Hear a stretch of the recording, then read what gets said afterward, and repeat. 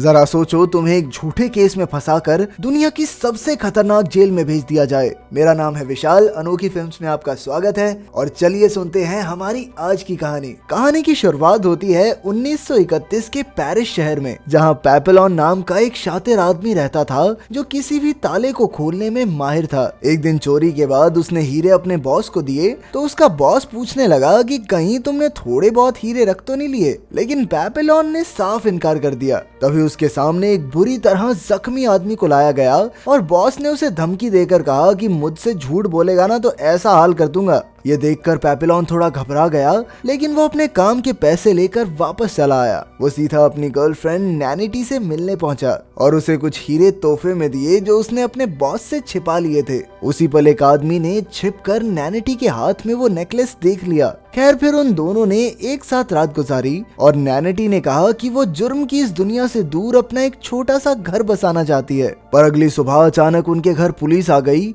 और उन्होंने पेपेलॉन पर उसी आदमी के कत्ल का इल्जाम लगाया जिसे उसके बॉस ने पीटा था। पेपेलॉन ने उन्हें समझाने की कोशिश की कि वो बेगुनाह है, लेकिन पुलिस वाले उसे जबरदस्ती गिरफ्तार करके ले गए। पेपेलॉन समझ गया था कि ये पुलिस वाले उसकी कोई बात नहीं सुनेंगे, इसीलिए उसे इस जेल से भागना ही होगा। इसके बाद पेपेलॉन ने जुलॉट नाम के एक कैदी से दोस्ती की। जुलॉट ने उसे बताया कि यहाँ से भागने के लिए बहुत सारे पैसों की जरूरत है। फिर उसने डेगा नाम के कैदी की तरफ इशारा करके कहा कि ये तुम्हारी मदद कर सकता है। असल में डेगा के पास बहुत पैसा था, लेकिन फिर एक दिन वो नकली नोट बनाता पकड़ा गया। खैर, फिर सभी कैदियों को कश्ती के जरिए पीनल कॉलोनी नाम की एक जेल में भेज दिया गया। जब रात हुई तो पेपेलॉन ने डेगा से कहा कि मैं पैसों के बदले में जेल में तुम्हारी सुरक्षा कर सकता हूँ, लेकिन डेगा ने उसका ऑफर ठुकरा दिया। उस रात सोते समय डेगा ने देखा कि किसी ने उसके साथ सो रहे कैदी का बेरहमी से कत्ल कर दिया, क्योंकि उसने अपने पेट में पैसे छिपा रखे थे। ये देखकर डेगा बुरी तरह डर गया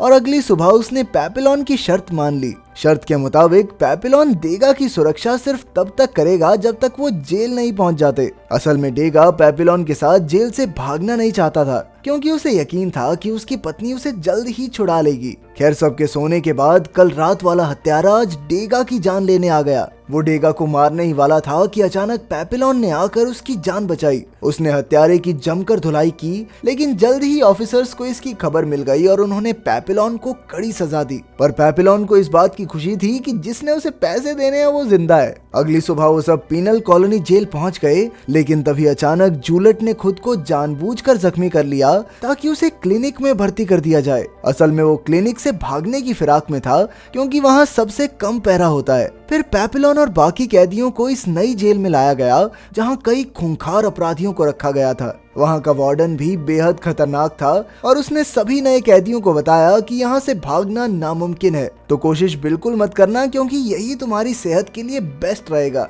अगर किसी ने भागने की कोशिश की तो उसे 2 साल काला पानी की सजा होगी। अगर दूसरी बार भागते हुए पकड़े गए तो 3 साल की सजा और। लेकिन जो तीसरी कोशिश करता पकड़ा गया, उन्हें डेविल्स आइलैंड नाम की एक जेल में भेज दिया जाएगा, जहां रहकर हर इंसान पागल हो जाता है। और तो और, अगर किसी ने कोई कत्ल किया तो सबके सामने उसका सर धड़ से अलग कर दिया जाएगा। इसके बाद सभी कैदियों को पत्थर उठाने का काम मिला। कुछ दिन बाद पेपेलॉन की मुलाकात एक कश्ती वाले से हुई। पेपेलॉन ने उसे कश्ती के बदले ढेर सारा पैसा देने का वादा किया और वो मान भी गया। उसने पेपेलॉन को अगली रात किनारे पर मिलने को कहा। तभी अचानक एक खूंखार कैदी को इस प्लान की भनक लग गई और उसने पैसों के लिए डेगा पर हमला कर दिया। पर इस बार भी पेपेलॉन ने उस कैदी को धूल चटाकर डेगा की जान बचाई। ये सब देखकर डेगा को एहसास हो गया कि पेपेलॉन के बिना तो वो यहाँ एक दिन भी जिंदा नहीं बच पाएगा। अब उसके पास कोई और चारा नहीं था, इसीलिए उसने भी पेपेलॉन के साथ भागने का फैसला किया। फिर अगली सुबह सभी कैदियों को मैदान में इकट्ठा किया गया। असल में जूलॉट ने भागने की कोशिश में 2 गार्ड्स की हत्या कर दी थी। कुछ ही पलों में उसका सर धड़ से अलग करके उसे मौत के घाट उतार दिया गया। उसे देखकर वहां मौजूद सभी कैदियों की रूह कांप गई।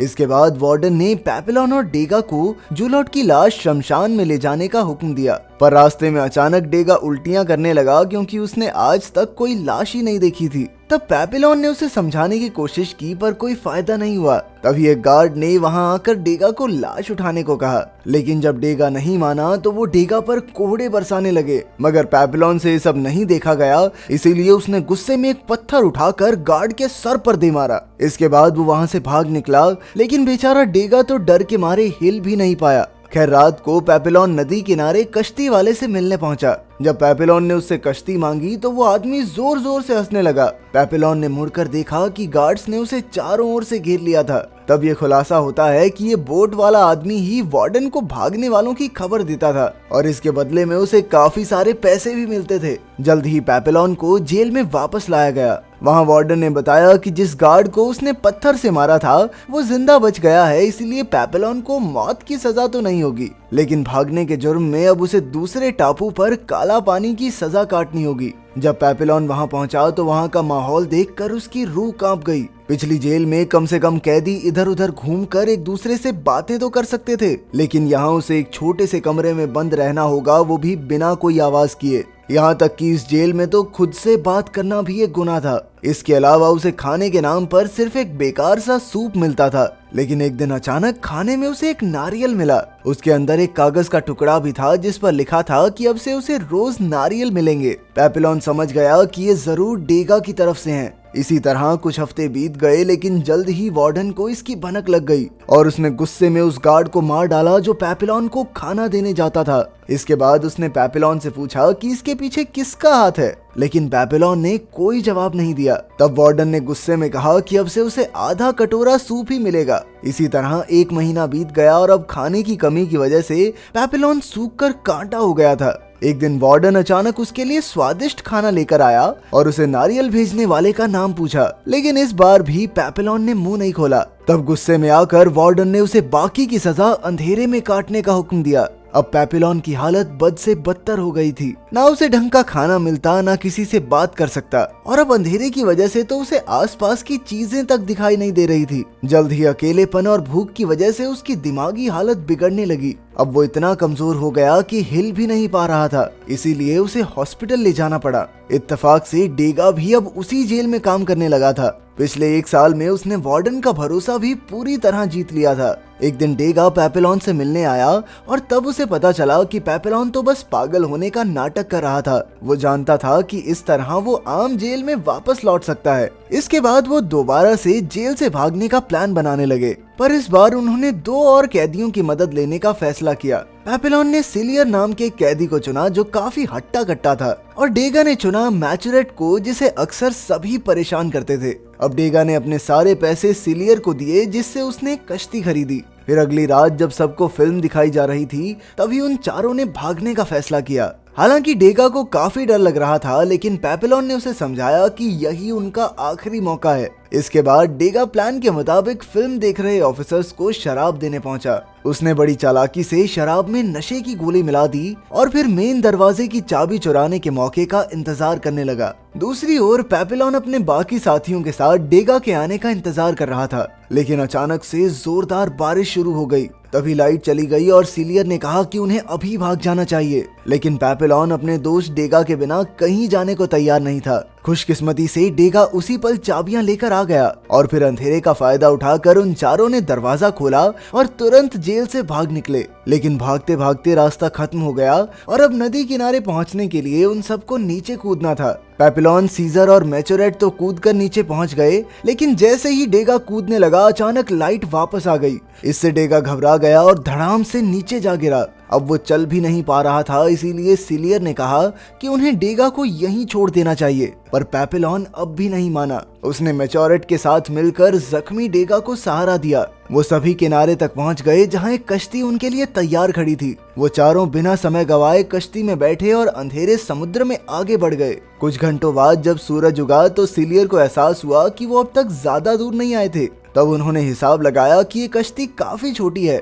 और ये 4 लोगों का भार तो नहीं उठा सकती। साथ ही एक भयंकर तूफान तेजी से उनकी ओर बढ़ने लगा। अब उनके पास समय बहुत कम था, इसीलिए सिलियर ने अपनी ताकत के दम पर मैचुरेट को समुद्र में धकेल दिया और फिर उसने डेगा पर हमला किया। लेकिन पेपिलोन उसके रास्ते में आ गया और दोनों एक दूसरे से लड़ने लगे। सिलियर पेपिलोन से काफी हट्टा कट्टा था और उसे मारने ही वाला था कि ऐन वक्त पर डेगा ने उसकी पीठ में छुरा घोंपकर उसकी हत्या कर दी। इसके बाद उन दोनों ने मिलकर सिलियर को कश्ती से बाहर फेंका और मैचुरेट को वापस ऊपर खींच लिया। पर कुछ ही पलों में वो तूफान की चपेट में आ गए और चारों तरफ अंधेरा हो गया। जब उनकी आंख खुली तो वो सब एक टापू पर थे। असल में टापू के कुछ लोगों ने उन्हें समुद्र में बहते हुए देखा और उनकी जान बचाई।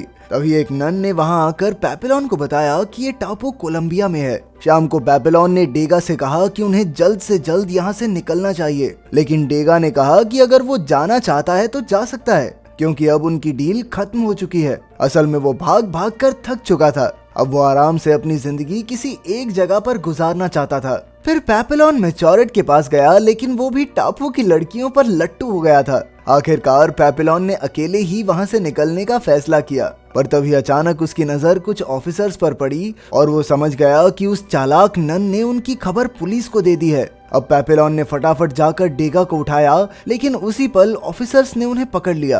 तभी उन्होंने मैच्योरेट को पकड़कर गोली मार दी और आखिरकार पेपिलोन और डेगा को गिरफ्तार करके एक बार फिर से जेल भेज दिया गया। इसके 5 साल बाद हम देखते हैं कि पेपिलोन ने काला पानी की सजा पूरी कर ली थी और अब उसे डेविल्स आइलैंड जेल में भेजा जा रहा था। लेकिन वहां जाकर पेपिलोन हैरान रह गया, क्योंकि डेगा भी वहीं कैद था। असल में उसने ऑफिसर्स की शराब में नशा मिलाया था, इसीलिए उसे तो पहले ही डेविल्स आइलैंड भेज दिया गया था। एक दूसरे को पूरे 5 साल बाद देखकर वो दोनों काफी खुश हुए। फिर शाम को दोनों समुद्र किनारे बैठे थे कि पेपिलोन को एक आइडिया आया। उसने डेगा से कहा कि अगर वो एक छोटी सी राफ्ट बनाए तो समुद्र की लहरें खुद ब खुद उन्हें दूसरे छोर तक ले जाएंगी। पर डेगा ने कहा कि भाई देख, तूने जो करना है कर ले, लेकिन मुझे इससे बाहर रख प्लीज। वो पिछले 5 साल से यहाँ शांति से जिंदगी गुजार रहा था और तो और उसकी पत्नी ने भी किसी और से शादी कर ली थी, इसीलिए अब उसे वापस लौटने में कोई खास इंटरेस्ट भी नहीं था।